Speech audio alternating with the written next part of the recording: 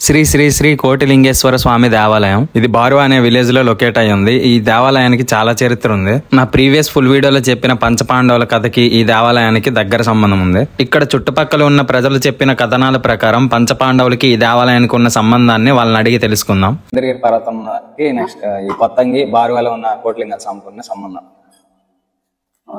ముందు పాండవులు అరణ్యవాసం చేసేటప్పుడు గోమాత సముద్రం ఒడ్డుకి వచ్చి నీరు తాగుతుంటది. ఈలోపు అర్జునుడు ఏం చేస్తాడంటే బాణం వేసి కొట్టేస్తాడు. ఏదో జంతువు కదా అని తెలియక కొట్టేటప్పుడు ఆవు అంబా నరిచి తినబడిపోతుంది. అప్పుడు ధర్మరాజు ఏంటంటాడంటే ఆవుకి తినకపోయాం మనం చంపేశావు, కాశీ వెళ్ళే పాపం తిరగదు, వండుకొని తింటే పాపం తీరుతుందని అప్పుడు ధర్మరాజు చెప్తాడు. చెప్పేటప్పుడు ఈ నలుగురును ఈ ఆవుకి మోసుకొని వస్తారు. వస్తూ బార్వా కాయ దగ్గర కాలు పడిపోతాయి. అక్కడ కబలగుడ్డి అని పేరు పెట్టారు. అక్కడి నుండి వస్తూ బార్వా కోటిలింగేశ్వర స్వామి గుడి దగ్గర ఒక చుక్క తక్కువ కోటి చుక్కలు పడుతుంది. రక్తం బొట్లు పడేటప్పుడు అక్కడ గుప్త కాశీ అని పెడతారు. అక్కడి నుండి పట్టుకొని వచ్చేటప్పుడు కొత్తకి వచ్చినప్పుడు కొట్టి పడుతుంది. అక్కడ కొత్తం కోవులి అని పెడతారు. అక్కడి నుండి వచ్చేటప్పుడు కాశీలోనూ కోటి చుక్కలు పడతాయి. అక్కడ కాశీ విశ్వనాథ గుడి అని అక్కడ పెడతారు. ఉన్నది బురకాయ ఇది ఉంటుంది. అది పట్టుకొని మైదురుము కొండ ఎక్కిపోతారు.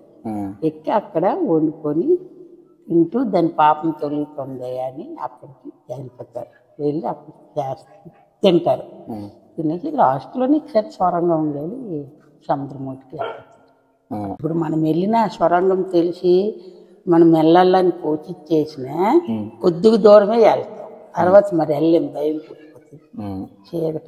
అర్జునుడు బాణం దాటికి గురైన కపిలగోవు నుంచి ఏర్పడ్డ ఒకటి తక్కువ కోటి రక్తపు బొట్ల నుంచి ఏర్పడ్డ దేవాలయమే ఈ కోటిలింగేశ్వర స్వామి దేవాలయం.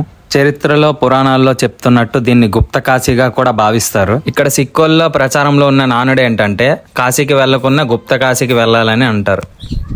మా ఊరు ముసలి వాళ్ళ పొద్దున్న మొత్తం అంతా స్థల పురాణం అంతా తెలుసుకున్నాను ఈ టెంపుల్ కోసం. తర్వాత ఇదే విలేజ్ లో నాతో పాటు కలిసి చదువుకున్న మా ఫ్రెండ్ ఒకరిని తీసుకొచ్చి మొత్తం టెంపుల్ అంతా విజిట్ చేస్తా. ప్రెజెంట్ అయితే టెంపుల్ మొత్తం ఇనాగ్రేట్ చేస్తున్నారు కొత్తగా, మళ్ళీ రీకన్స్ట్రక్షన్ అవుతుంది. దీని స్థల పురాణము మొత్తం అంతా పంచపాండవులకి దీనికి ఉన్న సంబంధాన్ని ఒక స్థల పురాణం రూపంలో మంచిగా రాసి ఇక్కడ ఉన్న వాళ్ళు ఒక ప్రెజెంట్ చేశారు. ఇంట్రెస్ట్ ఉంటే దీన్ని నేను డిస్క్రిప్షన్లో మొత్తం టైప్ చేసి పెడతాను. ఇంట్రెస్ట్ ఉన్న వాళ్ళు చూడండి.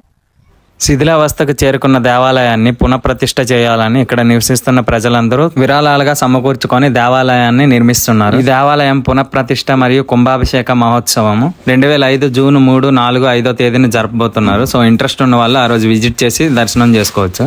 మీరు ఏమైనా డొనేట్ చేయాలంటే ఈ QR కోడ్ స్కాన్ చేసి ఈ దేవాలయం కమిటీ వాళ్ళ డీటెయిల్స్ తీసుకొని వాళ్ళ ద్వారా మీరు డొనేట్ చేయొచ్చు.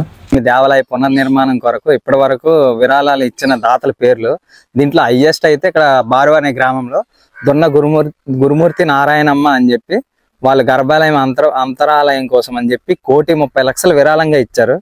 ఈ రోజుల్లో ఏ స్వార్థం లేకుండా 1,30,00,000 ఇవ్వడం అంటే చిన్న విషయం కాదు. ఇలా చాలా మంది ఇప్పటికే డోనర్స్ చాలా మంది వస్తున్నారు. ఇప్పుడు మెయిన్ గర్భగుడిలో ఉన్న దేవాలయంలో ఉన్న విగ్రహాలన్నీ ప్రస్తుతానికి తీసి పూజలు నిర్వహించడానికి వాటిని కొనసాగించడానికి అని చెప్పి ప్రెజెంట్ పక్కన ఒక చిన్న గోపురంలో పెట్టి పూజలు చేస్తున్నారు. తర్వాత పునఃప్రతిష్ఠ అయిన తర్వాత ఈ విగ్రహాన్ని మళ్ళీ ప్రతిష్ఠించి లోపల కోటిలింగాలు ఉన్న ప్లేస్లో వీటిని పెట్టి పూజిస్తారు. ప్రస్తుతానికి తాత్కాలికంగా ఈ గోపురంలో పెట్టి పూజలు చేస్తున్నారు. నేను ఈ దేవాలయం దర్శనం చేసుకోవడానికి వెళ్లేసరికి గర్భగుడిని మూసేసి ఉన్నారు. పునఃప్రతిష్ఠకి జరుగుతున్న మరమ్మతుల కారణంగా లోపలికి వెళ్ళడానికి వీలు కాలేదు. స్కంద పురాణంలో వివరించినట్లు అర్జునుడు బాణం దాటికి గురైన కపిలగోవు రక్తపు బొట్ల నుంచి ఏర్పడ్డ కోటి రక్తపు బిందువుల ఆధారంగా ఈ కోటిలింగాల స్వామి దేవాలయాన్ని ఏర్పాటు చేశారు. ఇప్పటికీ గర్భగుడిలో ఒక బిందువు తక్కువ కోటి చుక్కల ఆధారంగా కోటిలింగాలు ఉన్నాయని చెప్పి ఇక్కడ ఉన్న వాళ్ళు చెప్తున్నారు. గర్భగుడిలోకి వచ్చిన భక్తులు పూజలు చేసి ఆ కోటిలింగాలను తాకి దర్శనం చేసుకోవచ్చు అంట. కన్స్ట్రక్షన్ అవుతుండడం వల్ల నేను వెళ్ళేటప్పుడు ఆ దేవాలయాన్ని క్లోజ్ చేసి ఉన్నారు. సో నాకు దర్శనం చేసుకోవడానికి వీలు కాలేదు. ఇక ఊరి విషయానికి వస్తే ఒకవైపు పచ్చని పంట పొలాలు, మరోవైపు బంగాళాఖాత సముద్రం, పశ్చిమ కనుమల నుంచి పారుతూ వస్తున్న మహేంద్రగిరి తనయ. ఊరిలో ఆచారాలు సాంప్రదాయాలు తగ్గ వివిధ దేవాలయాలు. ఈ బారువా అనే విలేజ్ కొబ్బరి చెట్ల మధ్య వాగులు వంకలు చెరువులతో పచ్చదనంతో సస్యశ్యామలంగా ఉంటుంది. వీడియో నచ్చితే లైక్ చేసి ఛానల్ ని సబ్స్క్రైబ్ చేసుకోండి. ఇలాంటి ఇంకా పురాతన దేవాలయాల గురించి మీకు ఏమైనా తెలిసినట్లయితే కామెంట్ సెక్షన్ లో కామెంట్ చేసి బెల్ ఐకాన్ ని ఆన్ లో పెట్టుకోండి.